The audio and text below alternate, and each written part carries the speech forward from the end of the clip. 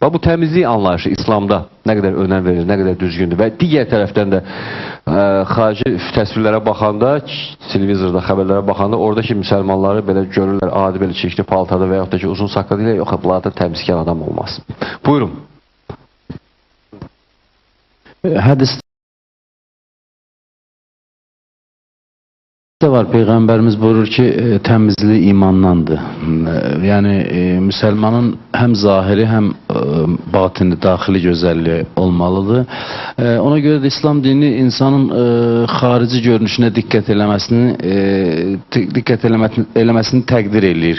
Yəni, müsəlman təmiz görsənməli, səliqəli geyinməlidir və məsələn, geyim haqqında danışılarkən hədislərdə qeyd olunur ki, müstəhəbdir, yəni bəyənilir ki, ağ rəngdə paltarlar geyinsin. Çünki ağ həm də çirki tez bildirir. Yəni ağ parçada daha tez bildirilir. Ona görə də bu təmizkarlığa dəvətdir. İslam dinində qara rəngdə paltar geyinmək məkruhdur, yəni bəyənilmir, xoşa gəlmir. Ətirlərdən istifadə olunması çox müstəhəbdir. Yəni müstəhəb, yəni çox bəyənilən əməllərdəndir. Tutaq ki, cümə gününün barəsində, cümə günü haqqında danışılarkən deyilir ki, namaza getdiyiniz zaman yaxşı olar ki, təmiz libaslar, təmiz paltarlar geyinəsiz, ətirlərdən istifadə eləyəsiz və Peyğəmbərimiz özü də saçına yağ sürtərdi, bədəninə yağ sürtərdi. Çox müxtəlif ətirlərdən istifadə eləyərdi Peyğəmbər. Həmişə səliqəli görünərdi. Yəni, bu Peyğəmbərin əxlaqi xüsusiyyətləri ilə yanaşı onun zahiri görünüşü də onun dəvətində müsbət təsir göstərib. Yəni, insan mütləq müsəlmandırsa əgər, bu məsələlərə də diqqət eləməlidir. Yəni, bəziləri müsəlmançılıq dedikdə yalnız və yalnız ibadətlərə yönəlməni nəzərdə tutursa, İslam o dərəcədə əhatəli bir dindir ki, insanın paltar geyinməsindən tutmuş, yəni xırda və böyük məsələləri əhatə eləyə biləcək bir dindir. Məsələn, dinimizin də kamilliyi bundan ibarətdir. Din yalnız ibadət məsələlərini əhatə eləmir. Din bir həyat tərzidir, insanın doğru yaşamasını göstərən bir sistemdir və bu sistemin içində insanların maddi tərəf, həyatın maddi tərəfləri də əhatə olunur. O cümlədən də insanların paltar geyinməsi və səliqəliliyi. Yəni, bu təəssüflər olsun ki, siz dediyiniz kimi, bəzən bəzi müsəlman ölkələrində, bəzi cəmiyyətlərdə müsəlmanların insan qiyafətinə, zahirinə baxdığı zaman təəssüf hissi keçirir ki, əslində bu geyim, bu səliqəsizlik dinlə tamamilə böyük bir ziddiyyət təşkil edir. Biz budağı müharibə şəraitindəyik. Bizim düşmənlərimiz 380-390 kilometr bu tərəfdə, Qarabağda kifayət qədərdir. Belə olan halda Azərbaycanlıların gedib başqa bir ölkədə döyüşməsi hələ bu azmış kimi hələ bir çağırış da eləməsi nə dərəcədə düzgündür? Ümumiyyətlə, Suriyada olan məsələ haqqında bunu demək lazımdır ki, Suriyadakı məsələlər Suriya xalqının və hakimiyyətin arasında olan problemdir və o problemi xalq öz iradəsi ilə həll eləməlidir. Yəni, hər hansı bir kənar müdaxilə bu tip məsələlərə ancaq və ancaq gərginliyə gətirib çıxarır və heç bir cəhətdən də bəyənilən, təqdir olunan bir şey deyil. O ki, qaldı bunu dini şüarlarla etmək, yəni cihad çağırışı ilə filandan, ümumiyyətlə, bu tip hərəkətlər hansısa bir hakimiyyətə qarşı xalqın təhrik olunması prosesində iştirak eləmək və buna da din adı qoymaq qətiyyən yol verilməzdir. İslam dinində təcavüzə məruz qaldığımız zaman hansısa bir müsəlman xalq, digər bir xalq tərəfindən, təcavüzkar tərəfindən təqibə, təcavüzə məruz qalırsa, torpağı işğal olunursa, o zaman torpağını qoruması vacib olur. Kimdənsə fətva, hökm gözləməsinə də ehtiyac yoxdur. Yəni, hər bir müsəlman xalq təcavüzə məruz qalıb öz torpağını qoruması və azad eləməsi vacibdir şəriət nöqteyi nəzərindən. Yəni, bunun üçün cihad fitvası, cihad hökmü verməyə heç bir ehtiyac yoxdur. Amma ki, hansısa bir başqa bir ölkədə, yenə deyirəm, qırğın törətmək, hansısa bir hakimiyyətə qarşı insanları təhrik eləmək və burada da çağırış səsləndirmək, hamınız gəlin, bu müqəddəs bir savaşdır. Birincisi, o çağırış eləyən insanın ona səlahiyyəti çatmır. İkincisi də ki, burada heç bir cihad adlı bir şey yoxdur. Bu əslində, belə deyək, kənardan olan müdaxilədir bir ölkəyə və bunu da bəzi hallarda gülməlidir ki, bir ölkədə demokratiyadan danışılır, amma radikal qruplaşmalar silahlandırılır və din şüarı ilə, ifrat din şüarları ilə əslində orada dini dəyərlər tapdalanır. Yəni tarix boyda belə olub ki, cahil dindarlar Peyğəmbərimiz buyurur ki, cahil abidlər belimi sındırdı. Yəni insan elmsiz olarsa, onun inancından sui-istifadə edə bilərlər. Məncə Suriyada da bunu müşahidə edirik ki, xüsusən də çox təəssüf doğurur ki, Azərbaycanlı bir şəxs oradan çağırış eləyir və bunu din adı ilə əsaslandırır. Digər tərəfdən də cəsədlərə, ölülərə qarşı hörmətsizlik eləməyi dinimiz qadağan eləyir. Yəni İslam tarixində vəhşinin yəni Həzrət Həmzəni öldürməsindən sonra bir qadın olur, o deməli onun ciyərini kəsib yeyir və bu dini nöqteyi nəzərindən qəbul olmayan bir şeydir. Onu müşriklər eləyir. Yəni dinsiz bir insanlar eləyir. Amma müsəlmanın cənazəsinə, hətta hərbi düşmən olsa belə bu şəkildə davranması, ona işgəncə eləməsi və yaxud da onun cənazəsini, meydini təhqir eləməsi dinin nöqteyi nəzərindən yol verilməzdir. Bu qadağandır, haramdır və müsəlmanın hörmətinin aradan getməsinə səbəb olur. Bu yaxınlarda həmin o ürəyi kəsib çıxardan şəxs qayıdır ki, mən deyir bunu məhz həmin o əskərlər, Əsədin əskərləri qadınları, uşaqları güllələdiyinə görə bunların əvəzini çıxıram. İslam aləmində əvəzə əvəz anlayışı, bu illah da ki, belə meyitlərlə belə rəftar münasibət, əgər gülləliyibsə qadın uşağı bunu başa düşdür. Olur, müharibədə hər şey baş verir. Amma bunun əvəzinə kimisə ürəyini kəsib çıxartma və illah da ki, insan ətini yemək, qaniballıq, bu ümumiyyətlə mənə gəlir ki, hansısa bir çərçivəyə sıxmır. Dinimizdə qisas var, amma qisas əksinə edilən cəzaya adekvat cavab verməkdir. Yəni burada kimsə kiməsə bir zərbə vurubsa, onun cavabı da bir zərbə olmalıdır və əksinə ədalət prinsipinə riayət eləməkdir. Əgər tutaq ki, həmin o əskər kiməsə təcavüz eləyibsə, bu əsas vermir ki, onun sinəsini yarıb ürəyini çıxardasan. Bu ümumiyyətlə insani və dini meyarlarla uyğun deyil. Təəssüflər olsun ki, bilirsiniz biz hərdən mən çox təəssüf hissi keçirirəm ki, biz bəzən dini nöqteyi nəzərdən bu məsələlərin düz olmamasını izah eləməli oluruq. Yəni bəzən bizi belə bir şəkildə təqdim ediblər müsəlmanları ki, biz həmişə müdafiə mövqeyində dayanıb dünyaya sübut eləməyə çalışmalıyıq ki, indi biz əsaslandırmalıyıq. Yəni məsələn ilahiyyatçılar, din xadimləri ki, xeyr, bu İslamla ziddiyyət təşkil edir. Siz bayaq vurğuladığınız kimi orada mən belə görürəm ki, ümumiyyətlə bütün dünya artıq şahiddir ki, din adı ilə spekulyasiya eləmək faktı ilə biz rastlaşırıq. Yəni dünyada artıq təəssüf ki, bu geniş yayılıb ki, insanların inancından sui-istifadə eləmək. Çünki inanc hissi çox həssas bir məsələdir. İnsan Allaha bağlantısı çox olur bir insanların. Və burada bu inam savadla tamamlanmazsa, elmlə tamamlanmazsa, tarix boyu belə olub. İman həmişə elmlə tamamlanmadığı təqdirdə kimlərin əlində vasitəyə çevrilib. Suriyada da bu konkret bu hadisələrdə də bunu müşahidə edirik ki, yəni İslam dini insanın cənazəsinin yarılıb, ürəyinin çıxarılıb yeyilməsini bir mənalı olaraq qadağan eləyir, haram bilir və bunu da təkbir şüarı ilə.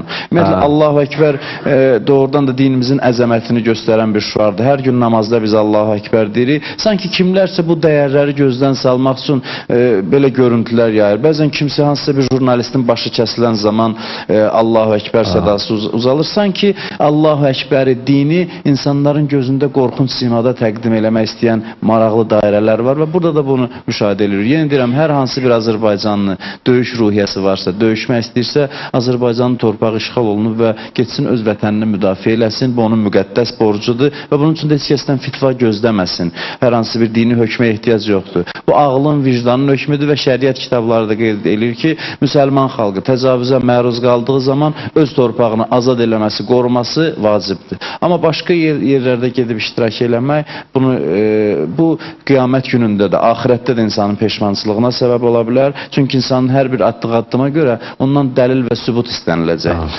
Yəni qiyamət dedikdə bu nəzərdə tutulur. Yəni biz deyirik qiyamət olacaq. Qiyamət nə deməkdir? Niyə bu addımları attın və yaxud niyə bu işləri görmədin? Qəyamətin sualları bundan ibarət olacaq. Yəni hər bir attığımız addıma dəlil gətirməli olacaq. Və mən elə bilirəm ki, belə bir vəziyyətdə bir müsəlmanla qarşı-qarşıya dayanan, hansısa bir oyunlara qurban gedib şəhidlik arzusu ilə yaşayan insanlar böyük ziyan çəkəcəklər. Dünya malına bağlı bir məqamda dərhal bu yadmışdı. 4 ya 5 gündür ki, İmam Əlinin Nəhşül Bəlağasına qulaq asıram və hər dəfə də onun o xütbələrinə qulaq asanda məndə belə təəssürat yanır ki, ümumiyyətlə dünya malına insan qətiyyədə ümumiyyətlə göz dikməməlidir. Ümumiyyətlə. Mən düzdür, bəlkə də səhv başa düşürəm, nədir? Amma hər halda İslam aləmində də insanın varlanması və yaxud da ki, bizneslə məşğul olması, pul yığması, eləməsi heç də səhvlərəmsə günah sayılmır. Malını qazanmaq insanın şəri vəzifəsidir. Yəni insan ibadət 10-dursa 9-u halaldan ruzu qazanmaqdır. Və insanın mal toplamasına, daha doğrusu mal qazanmasına heç bir məhdudiyyət qoyulmayıb dinimizdə. Məsələn, filan qədər qazandın artıq bəsdir. Söhbət malın toplanmasından gedir. Əgər halal mal, yəni halal pul, halal sərmayə salih bir insanın əlində olarsa, hədislərdə buyurulur ki, bu nə gözəl bir haldır. Bilirsiniz, bu tərz təfəkkür ki, dünyaya biganə olaq, bu qəlbə aid olan bir məsələdir. Yəni dünyada yaşayarkən insanın dünyaya biganə olması, eyni zamanda da dünyanın qazanmasından söhbət gedir. Çox kasıb insanlar var, dünyapərəstdir.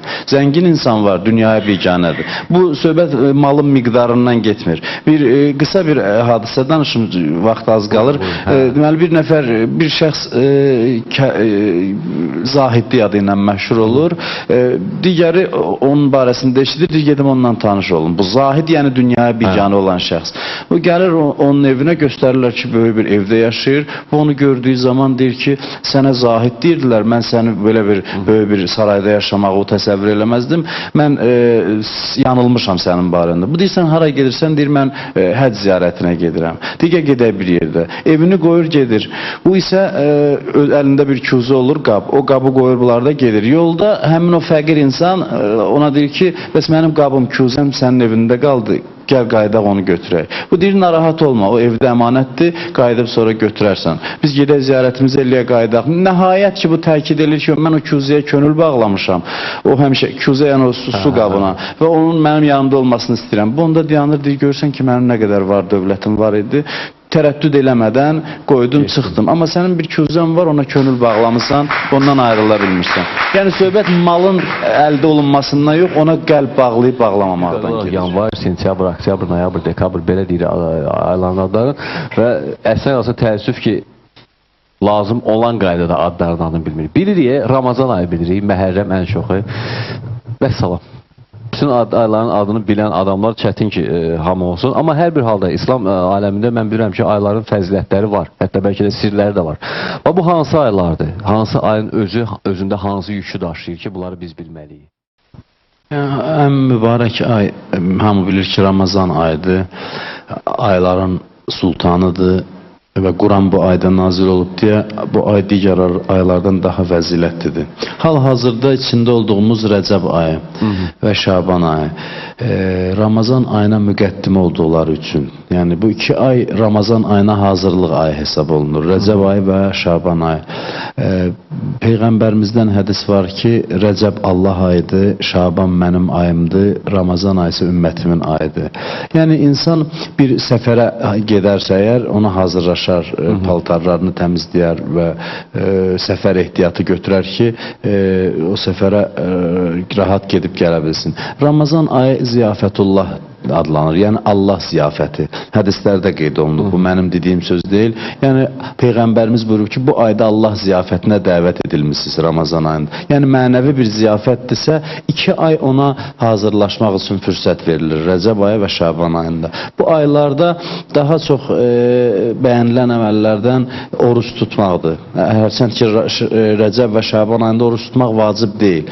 Amma kim əgər istəyərsə müstəhəb oruç tutması yaxşıdır. Yəni neçə gündə tuta bilərsə tuta bilər. Bəzi insanlar olub bütün ay oruç tutublar. Bir sıra insanlar nə qədər gücü çatırsa bu ayda oruç tutmaq çox bəyənilən əməldir. Bu ayda çoxlu istiğfar eləmək, yəni günahları yada salmaq. tövbə etmək, bağışlanmaq istəmək. Yəni ümumiyyətlə istiğfar halı çox mühüm bir haldır insan üçün. İnsan hər zaman Allah qarşısında istiğfar elədikdə təvazökar olur. Yəni belə bir hədis var ki, ibadət eləyib özündən razı olmaqdansa günah eləyib tövbə eləməyin daha yaxşıdır. Yəni insanın özündən razılıq halı, təkəbbür halı qətiyyən bəyənilməyən bir haldır. Yəni istiğfar halı insanın həmişə özündə nöqsan axtarması, digərlərində deyil özündə nöqsan axtarması, özünün öz əməllərini təftiş eləməsi və bu Rəcəb ayında çox bəyənilən əməllərdən hesab olunur. Şaban ayında xüsusi əməllər var, Hacı da buyurar. Yəni bu 2 ay Ramazan ayına qədər müqəddimə hesab olunur ki, insan bu aylarda o mənəvi ziyafətə hazır olsun. Nə qədər bacardığı qədər insanlar bu aylardan faydalansınlar, mənəvi bəhrə götürsünlər. Bu aylarda həm də döyüş haram hesab olunur, yəni döyüşün haram olduğu aylardan. Rəcəbdə? Bəli.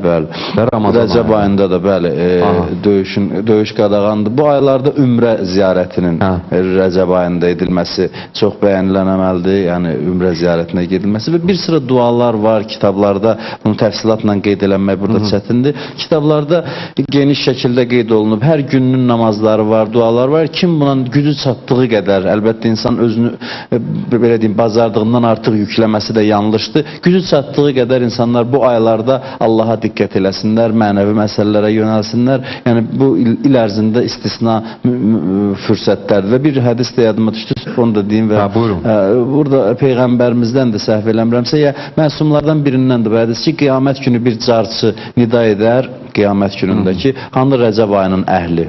Və o zaman bir dəstə insan üzü nurlu şəkildə Allahın huzuruna gələrlər. O insanlardır ki, bu ayda oruç tutardılar Rəcəb ayında. Yəni onu xüsusi bir qrup olaraq qiyamət günündə Allahın huzurunda dayanacaqlar. Rəcəb ayının əhli, yəni Rəcəb ayını əziz tutan insanlar orada xüsusi dərəcələrə, xüsusi məqamlara çatacaq. Bir hadisə baş verdi və həmin o hadisə artıq internet saytlarında da öz yerini tutdu. Qonaqlarımızdan biri İlham Mirzəyev idi və birbaşa sual verdi mənə ki, bəs sən xəyanət eləməmisən? Təbii bəlli məsələ dini nöqtə nəzərdən baxanda insan öz sirlərini mümkün qədər gizlət saxlamalıdır. Mən sadəcə dedim ki, tarix bu barədə susmağa üstünlük verir. İndi aydın məsələdir, indi kimdən görsün o sualın cavabını başa düşə bilər. Amma hər halda həqiqətən də xəyanət məsələsinə də bağlı toxunmuşuq dəfələrlə. Amma burada indi çox maraqlı məqam yarandı nə? İş arasındadır ki, həqiqətən də ailədə baş vermiş hadisələri çıxardasan, danışasan və yaxud da ki, onları gizli saxlayasan. Burada istənilən halda onsa xəyanət eləmisənsə, məsələn, bunun üzə çıxması nə qədər insan üçün ziyandır, cəmiyyət üçün nə qədər ziyandır, dini nöqteyi nəzərdə və yaxud da ki, onu daim gizli saxlamaq nə qədər düzdür. Ümumiyyətlə, sir saxlamaq özü bir yüksək əxlaqi xüsusiyyətdir. Eyibləri gizlətmək, sirləri gizlətmək, bu Allaha xas xüsusiyyətdir. Səttarul uyubdur Allah, yəni eyibləri gizlədən Allahdır və Allah xoşdur ki, insanlarda da bu xüsusiyyət olsun. Həm başqalarının eyiblərini gizlətməyi bacarmalıyıq. Yəni, kiminsə bir səhvini, xəlvətdə olan günah işini gördüyümüz zaman dərhal onu kiməsə deməyə tələsməməliyik. Əksinə, ona göz yummalıyıq insanların səhvinə, xətasına. Eyni zamanda insanın öz günahını, öz səhvini kimlərinsə yanında etiraf eləməsi yol verilməzdir. Hədislərdə var ki, günahlarınızı etiraf edin ki, Allah bağışlasın. Amma Allahın huzurunda etiraf edin. Yəni, insan öz günahlarını, səhvlərini Allaha sadalaması yaxşıdır, elədiyi xətaları. Amma ailə məsələlərini ümumiyyətlə, cəmiyyətin gündəminə gəlməsi, müzakirə obyektinə çevrilməsi dini cəhətdən, mənəvi cəhətdən yol verilməz bir şeydir. Yəni, bu ailədə olan məhrəm sirlər gizli qalması yaxşıdır və bunun açılması, ümumiyyətlə, bəzən səhvlər, xətalar ailələrin dağılmasına gətirib çıxarırsa, yəni, bəzən kimsə dolayısıyla buna xidmət edirsə, hədislərdə qeyd olunub ki, bir ailənin dağılmasına səbəb olan şəxs dünya və axirətdə Allahın lənətinə gəlmiş bir şəxsdir. Yəni, Allahın rəhmətindən uzaq bir şəxsdir.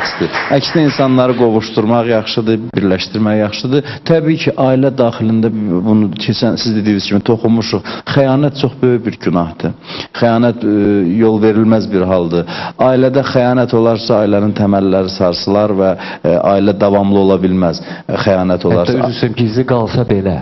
Bəli, yəni əgər gizli qalarsa, yenə deyirəm, o qalıb Allaha ki, onu aşkar eləsin, eləməsin, bu barədə konkret bir şey demək olmur. Amma ki, hər halda belə deyək, bəzən bu xəyanətlərin müzakirə olunması əksinə başqalarına, gənclərə pis nümunə olmuş olur. Yəni mən düşünürəm ki, bu məsələlər gizli qalması daha yaxşıdır. Təbii ki, aşkar olunduqdan sonra İslamda cəzalar var. Yəni İslam o cəzanı o zaman tətbiq edir ki, günah aşkara çıxmış olsun. Amma günah nə qədər gizlindirsə, din deyir ki, tövbə eləsə insan, Allah onu inşallah bağışlayar. Amma günah artıq aşkara çıxsa, bu Hacı da buyurduğu kimi, bəzi günahlara sərt cəzalar verilməlidir ki, çünki bəzi insanların nəsihətlər islah eləyə bilər, bəzi insanların nəsihətlə, öyüd, nəsihət verməklə hansısa şəkildə doğru yola yönəltmək olur. Amma cəmiyyətdə bir sıra insanlar var ki, yalnız cəza qorxusundan belə deyək, sözə baxırlar, cəza qorxusundan hansısa pis günahlardan çəkinirlər. Ona görə də günah aşkara çıxdığı zaman, artıq cəmiyyətə məlum olduğu zaman İslam yalnız o zaman da cəza tətbiq eləməyi təkid edir. Mənim verəcəyim ikinci sual bəlkə də özündən danışmaq kimi xahiş edirəm qiymətləndirilməsin. Niyə? Çünki dünəndən baş vermiş hadisədən sonra özümü iki odun arasında hiss edirəm, həqiqətən. Bir tərəfdən fikirləşdim ki, əgər mən həmin o ilhamın sualına durubsan ki, əslində danışsa, məndə elə şey olmayıb, mən riyakarlıq eləmiş olaram. Bir tərəfdən mən ümumiyyətlə durub sussam, yenə də, hətta yox desəm belə 100% heç kim inanmaz. Çünki böyük əksəriyyətin elə günahlar olub, indi etiraf eləmək lazımdır onu. Digər tərəfdən, hər halda məhz belə məqamlarda bir tərəfdən istəyirsən ki, riyakarlıq eləməyəsən, yalan danışmayasan da, bir tərəfdən də sənin həmin o günahın ictimailəşir də çox belə geniş bir auditoriya qarşısında. Onda insan nə etməlidir? Nə o yanlıq olursa, nə bu yanlıq. Mənim o düşdüyüm vəziyyət kimi. Buyurun. İnsan hər halda orada hansısa bir diplomatik cavab verməsi yaxşıdır. Orada yəni insanın günahını etiraf eləməsi, cəmiyyət milyonların qarşısında bunu deməsi, insanların qabağında qətiyyən yol verilməz bir haldır. Yəni bəzi hallarda insan günahlardan tövbə eləyir, hədislərdə qeyd olunur. Onun günahı əməl dəftərindən silinir.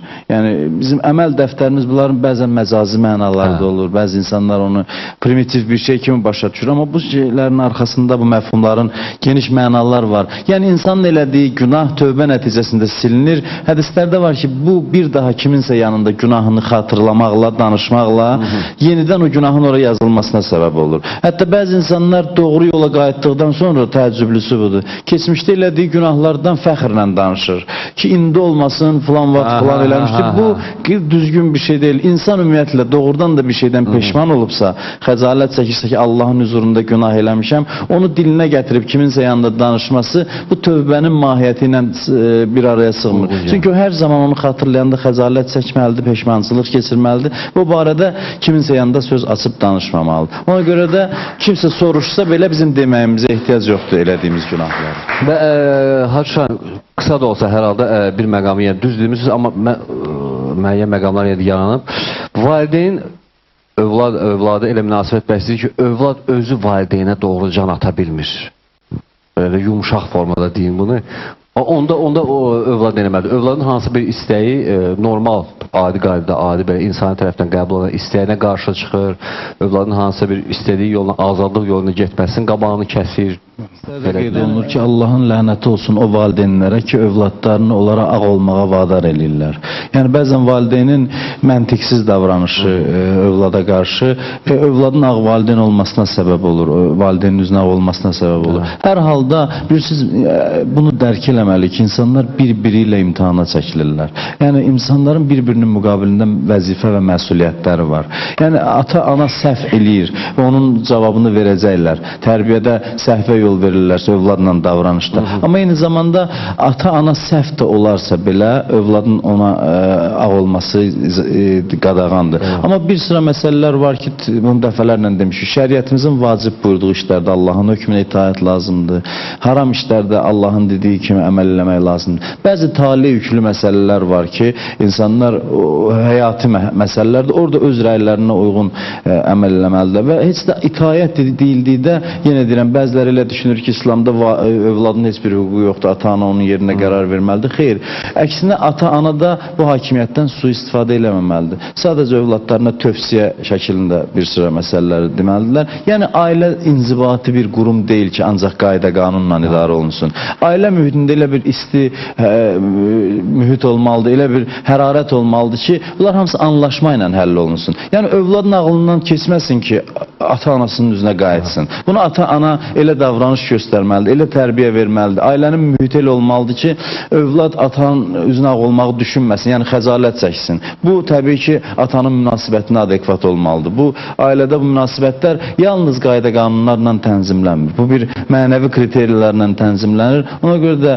ailə mövzusu ümumiyyətlə çox geniş mövzudur, çox mühüm bir mövzudur və İslamda ən çox təkid olunan məsələlərdən biridir. Hətta ananın övlada verdiyi südün dəstəmazla verilməsinin belə övladın gələcək taleyində təsiri var. Övladın gələcəyində təsiri var. Hətta övlad dünyaya gəlməmişdən ata-ananın elədiyi əməllər, yediyi çörəyin halal haramlığı övladda təsiri var. Yəni ailə çox müqəddəs bir bağlılıqdır, öz-özlüyündə də çox əhəmiyyətli və geniş bir mövzudur ailə mövzusu. Mən minnətdaram ki, bu günlərim gəldi. Çox sağ olun.